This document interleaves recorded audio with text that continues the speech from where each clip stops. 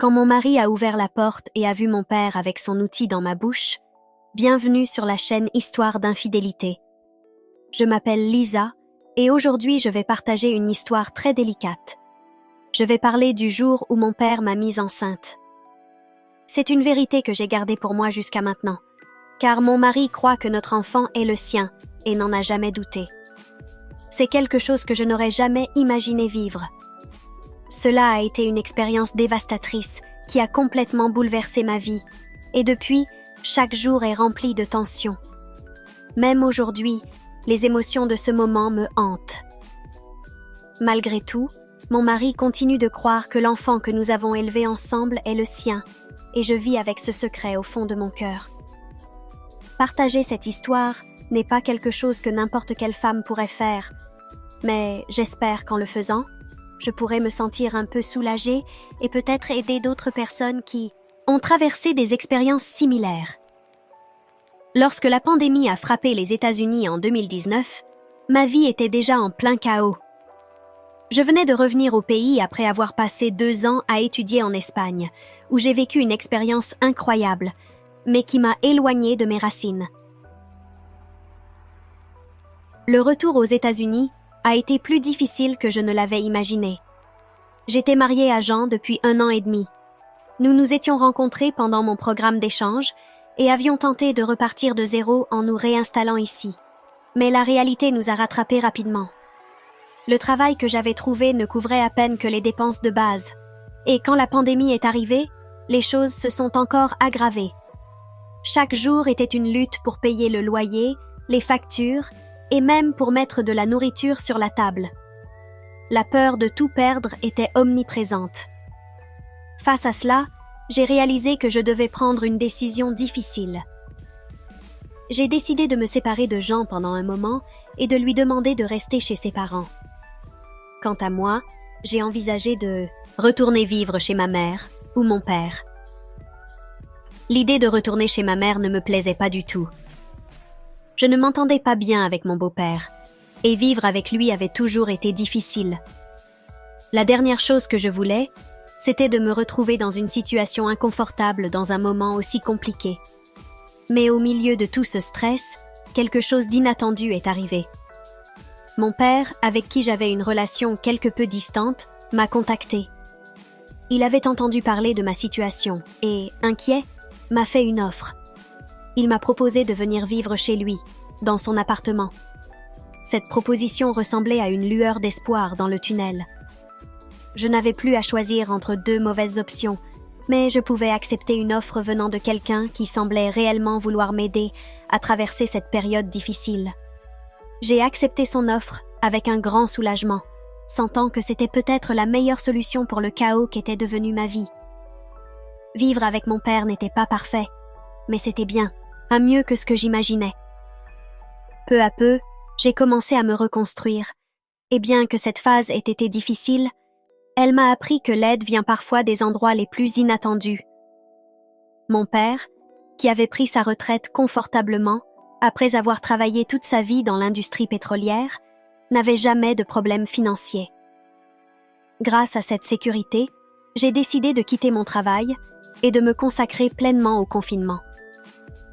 Bien qu'il fût relativement jeune, à 54 ans, mon père avait de l'hypertension, ce qui le mettait dans une catégorie à haut risque pour la pandémie. Nous savions tous les deux que nous devions prendre l'isolement au sérieux, alors nous avons convenu que je m'occuperais de toutes les sorties nécessaires, et encore, uniquement pour l'essentiel. Nous avons toujours eu une relation très ouverte et honnête, ce qui a rendu la cohabitation durant le confinement fluide et agréable. Nous partagions les tâches ménagères et cuisinions à tour de rôle, ce qui allégeait l'atmosphère et rendait les journées moins lourdes. Nous passions beaucoup de temps ensemble à regarder des films et des séries, créant des moments de détente et renforçant encore davantage notre lien. Au fil des semaines, notre intimité s'est naturellement développée. Comme nous ne pouvions pas sortir pour nous faire couper les cheveux, j'ai commencé à lui couper les cheveux et lui a pris l'habitude de me teindre les miens. Ces petites routines ont instauré un sentiment mutuel de soin, qui est devenu de plus en plus naturel.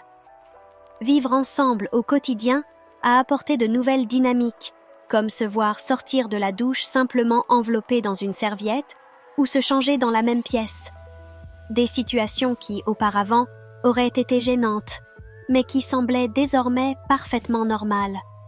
Même le fait d'utiliser la salle de bain avec la porte ouverte est devenu courant entre nous. Cette proximité a apporté un nouveau niveau de confiance et de confort qui, d'une certaine manière, a redéfini ce que signifiait vivre ensemble. Chaque fois que je portais mes petits shorts, je remarquais que ses yeux me suivaient à chaque pas. Au début, j'ai essayé d'ignorer cela, mais c'était impossible à ne pas remarquer. Je n'avais jamais été la beauté du quartier, mais je ne me suis jamais considérée comme quelconque non plus. Mes cheveux roux flamboyants contrastaient avec ma peau claire, attirant modestement l'attention, surtout de la part d'un homme plus âgé, enfermé à l'intérieur avec peu de distractions. Aussi mauvais que cela puisse paraître, je ne pouvais m'empêcher de ressentir une certaine excitation face à l'attention qu'il me portait. Je me souviens d'un de ces jours ordinaires où je me suis réveillée et j'ai trouvé mon père assis au bord de mon lit, tenant un plateau avec un petit déjeuner soigné, une chose qu'il faisait rarement. À ce moment-là, j'ai réalisé que ce n'était pas un jour comme les autres. C'était mon 32e anniversaire, et il avait tout fait pour rendre la matinée spéciale. « Chérie, si on fêtait ton anniversaire comme on le faisait avant ?» m'a-t-il proposé avec un sourire, me prenant dans ses bras pour me souhaiter un joyeux anniversaire. Sa proposition m'a prise de court, et bien que l'idée de revivre une ancienne tradition m'ait emplie de nostalgie, elle m'a aussi rendue étrangement mal à l'aise. Il y avait de la tendresse dans son geste, mais aussi quelque chose que je ne pouvais pas tout à fait définir, un mélange d'émotions contradictoires qui tourbillonnait en moi. Ce matin-là m'a rappelé les souvenirs de mon enfance. Nos journées spéciales père-fille étaient toujours attendues avec impatience. Il commençait par m'apporter le petit déjeuner au lit, me faisant sentir vraiment spéciale. Ensuite, il préparait mon repas préféré, du riz, des haricots, un steak frit et des frites. Simple, mais c'était toujours mon plat favori. Après le déjeuner, nous passions la journée à jouer à des jeux, et souvent nous finissions par aller au cinéma, où je m'amusais avec du pop-corn à la main.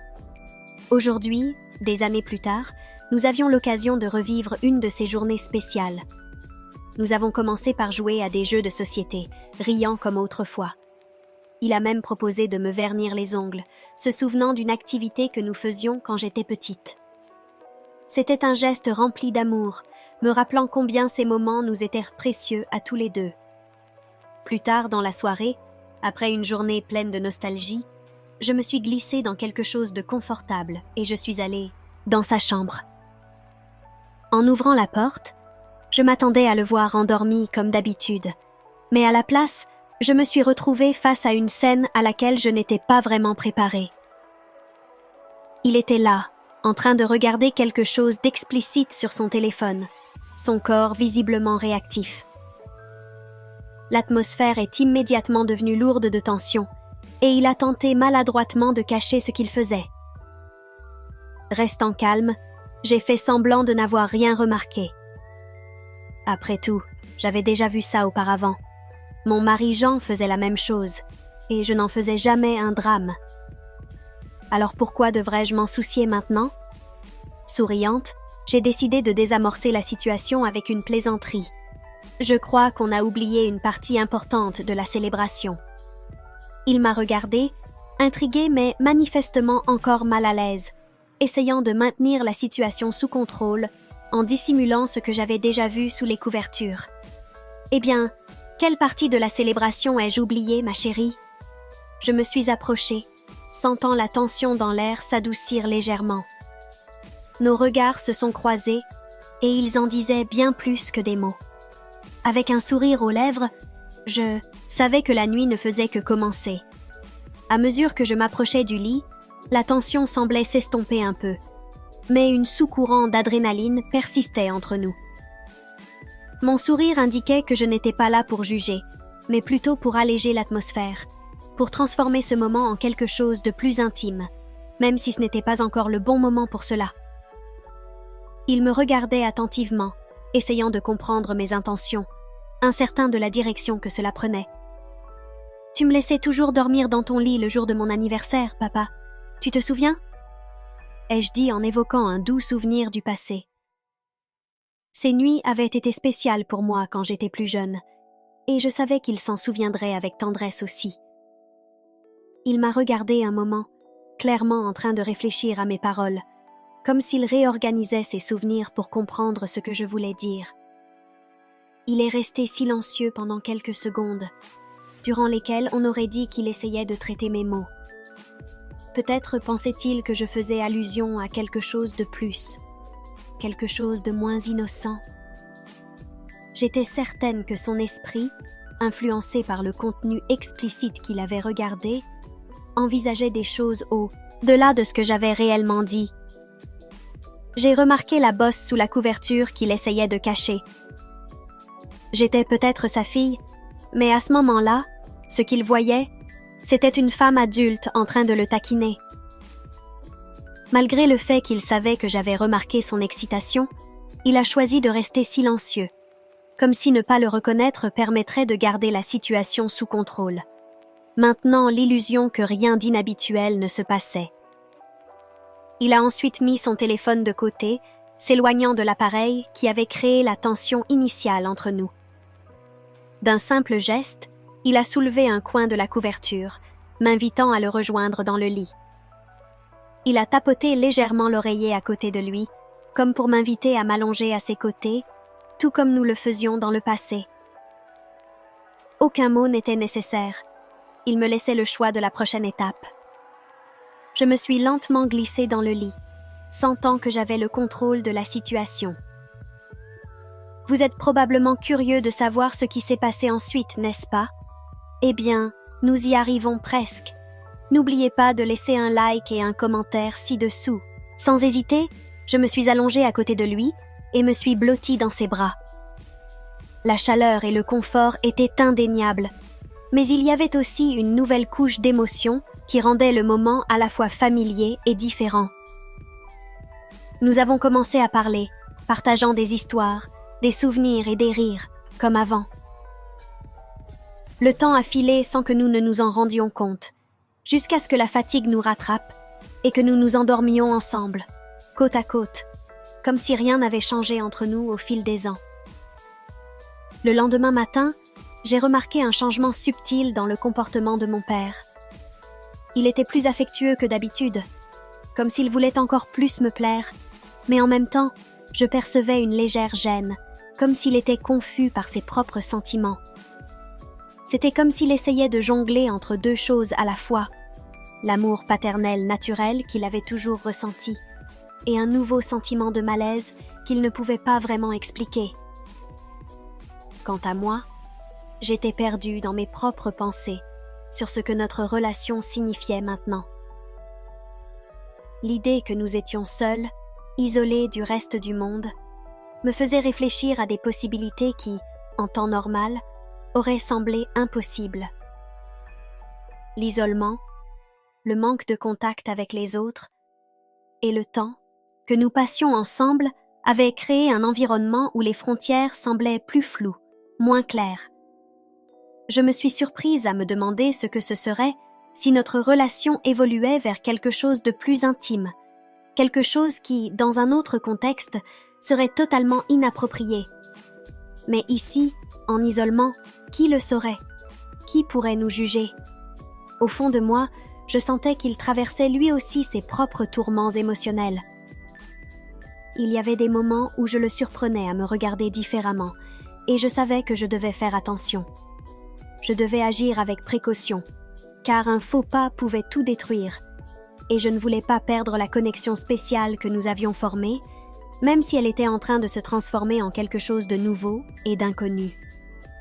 Cette nuit-là, après mon anniversaire, lorsque mon père est allé dans sa chambre, je l'ai de nouveau suivi, comme la nuit précédente. J'ai enfilé une chemise de nuit confortable, et sans dire un mot, je me suis glissée dans le lit à côté de lui, prenant la place vide. Il semblait surpris, mais aussi amusé, et avec un sourire, il m'a demandé « C'est déjà de nouveau ton anniversaire ?» Je lui ai souri en retour et j'ai répondu « Il n'y a aucune raison pour que nous dormions. Dans des lits séparés, n'est-ce pas? Nous pouvons profiter du temps ensemble, discuter, regarder une émission et même économiser du linge de lit. Tu ne trouves pas que c'est une meilleure idée ?» Il m'a regardé un moment, comme s'il réfléchissait à mes paroles. Puis, avec un léger hochement de tête, il a dit « Je n'y vois aucun inconvénient » et il a éteint la lampe de chevet. Quelques mois après le début du confinement, mon père et moi étions plus proches que jamais et nous avions commencé à dormir dans le même lit. Mais même à ce stade, je savais qu'il restait encore un petit chemin à parcourir avant que mon plan ne se concrétise. Malgré le fait que je sentais son désir pour moi, j'avais peur de faire un grand geste et de le faire fuir. Après tout, cela restait un tabou pour lui. Le lendemain soir, après lui avoir dit que je comptais dormir avec lui régulièrement, je suis allée dans ma chambre. J'ai pris tous mes vêtements et je les ai rangés dans son placard. Il m'a observée avec un petit sourire. À partir de ce moment-là, nous ne regardions plus de films sur le canapé. Seulement dans notre lit, vêtus de vêtements légers, comme si c'était parfaitement naturel. Au moment de dormir, je me blottissais toujours le plus près possible de lui. Puis, une nuit, quelque chose s'est passé. Je me suis réveillée en pleine nuit, sentant la pression de son corps durci contre moi. Je me suis tournée pour l'embrasser, mais avant que je ne le fasse, je me suis rendu compte qu'il n'était pas réveillé. C'est alors que j'ai décidé de l'embrasser quand même. Son corps était tendu, et bien qu'il ne montrait aucun signe d'éveil, je me suis arrêtée peu de temps après, et je me suis recouchée contre lui, sombrant de nouveau dans le sommeil. Le lendemain, nous n'en avons pas parlé. Ce soir-là, alors que je prenais une douche, la porte de la salle de bain s'est ouverte, et mon père est entré en disant « Il y a de la place pour un de plus ?» Il est entré dans la douche, complètement nu. J'ai réfléchi à ce qui s'est passé la nuit dernière. Lisa, est-ce que j'ai dépassé les limites pendant que nous dormions? C'est à ce moment-là que j'ai réalisé qu'il n'avait pas dormi du tout. Il avait tout fait intentionnellement. Mais comme c'était ce que je voulais, j'ai rapidement répondu « Non, papa, tu n'as franchi aucune limite. » D'ailleurs, il n'y a pas de limite, n'est-ce pas? Nous sommes seuls au monde, tu te souviens? C'est notre monde. Il m'a plaqué contre le mur, m'embrassant passionnément. J'ai attrapé le savon et commencé à laver son corps exposé, me concentrant sur son excitation. Après la douche, nous nous sommes séchés et nous sommes allés au lit, où nous sommes restés éveillés tard dans la nuit, échangeant des baisers et des moments intimes, parlant et nous caressant, jusqu'à ce que nous nous endormions dans les bras l'un de l'autre. Quelques jours plus tard, je suis retournée chez Jean, mon mari.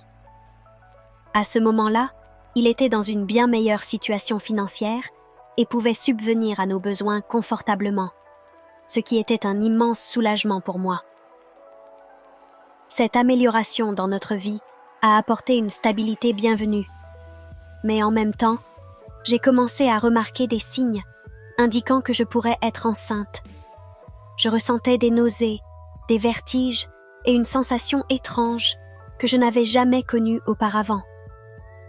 J'ai partagé cela avec Jean, et sans hésitation, il a cru que la grossesse était le résultat de notre relation.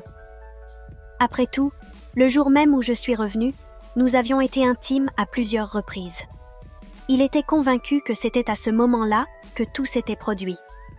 Ce que Jean ne savait pas, et que j'avais gardé pour moi pendant tout ce temps, c'était que ces symptômes avaient commencé plusieurs jours avant que nous ne soyons ensemble. L'enfant que je portais n'était pas le sien, c'était celui de mon père. C'est un secret que j'ai gardé pour moi. Seule l'une de mes amies les plus proches connaît la vérité, et jusqu'à ce jour, je n'ai jamais eu le courage de le partager avec qui que ce soit d'autre. Garder cela pour moi a été une décision difficile, mais une que je sentais nécessaire. Après tout, comment pourrais-je le dire à quelqu'un? Tout le monde me jugerait sans l'ombre d'un doute. J'ai l'impression que c'est la première fois que je mets vraiment ces mots en dehors de mon esprit, et il y a un étrange sentiment de soulagement à les dire. Quelques mois plus tard, ma magnifique fille, Emma, est née. Elle a apporté une immense lumière dans ma vie, une lumière que je n'avais jamais ressentie auparavant. Elle était un cadeau, mais en même temps, elle portait en elle un fardeau silencieux, car biologiquement, elle n'était pas seulement ma fille, mais aussi ma demi-sœur. Cette connexion complexe n'a jamais affecté l'amour que je lui porte. Emma est la chose la plus précieuse dans ma vie, et tout ce que je fais, chaque choix que je fais, est pour assurer son bien-être et son bonheur. Innocente, Emma n'a aucune idée de tout cela. Pour elle, je suis simplement sa mère, et Jean est son père. Nous vivons une vie normale, une famille heureuse aux yeux de tous, et je fais tout mon possible pour maintenir cette harmonie, pour la protéger de toute souffrance éventuelle. Emma, avec son sourire charmant et sa nature douce, illumine chacun de mes jours. Parfois, je me surprends à penser à quel point le destin a été à la fois cruel et généreux. Cruel dans la manière dont les choses se sont déroulées, mais généreux en me donnant une fille aussi merveilleuse. Désormais, toute ma vie tourne autour d'Emma. Ma plus grande mission est de lui offrir une enfance heureuse, pleine d'amour et de joie. Je fais tout ce qui est en mon pouvoir pour protéger son avenir, pour qu'elle ne découvre jamais le sombre secret de son origine. Aux yeux du monde, nous sommes simplement une famille normale, et je ferai n'importe quoi pour que cela reste ainsi, même si cela signifie porter ce poids en moi pour toujours. Vivre avec ce secret est difficile, mais l'amour que je ressens pour Emma est plus grand que tout le reste. Elle est le centre de ma vie, et il n'y a rien que je ne ferai pas pour la voir heureuse et souriante. Son bonheur est ce qui me fait avancer, malgré tout. Jean, qui est un père dévoué et aimant pour elle, n'a jamais suspecté qu'il n'était pas son père biologique. Il n'a jamais remis en question le timing ou les dates, et honnêtement, cela n'a pas d'importance. Jean sera toujours son père, le père que j'ai choisi pour elle. La découverte de ma grossesse a brisé quelque chose en moi, peut-être pour toujours, comme un interrupteur qui aurait éteint mon sens de la raison. Mais je continue de m'entendre avec mon père, et nous avons même formé un nouveau lien. Je sais que beaucoup d'entre vous me jugeront, mais s'il vous plaît, laissez vos commentaires ci-dessous. Que pensez-vous que je devrais faire? Si vous avez aimé cette histoire de trahison, n'oubliez pas de liker, de commenter et de vous abonner à la chaîne.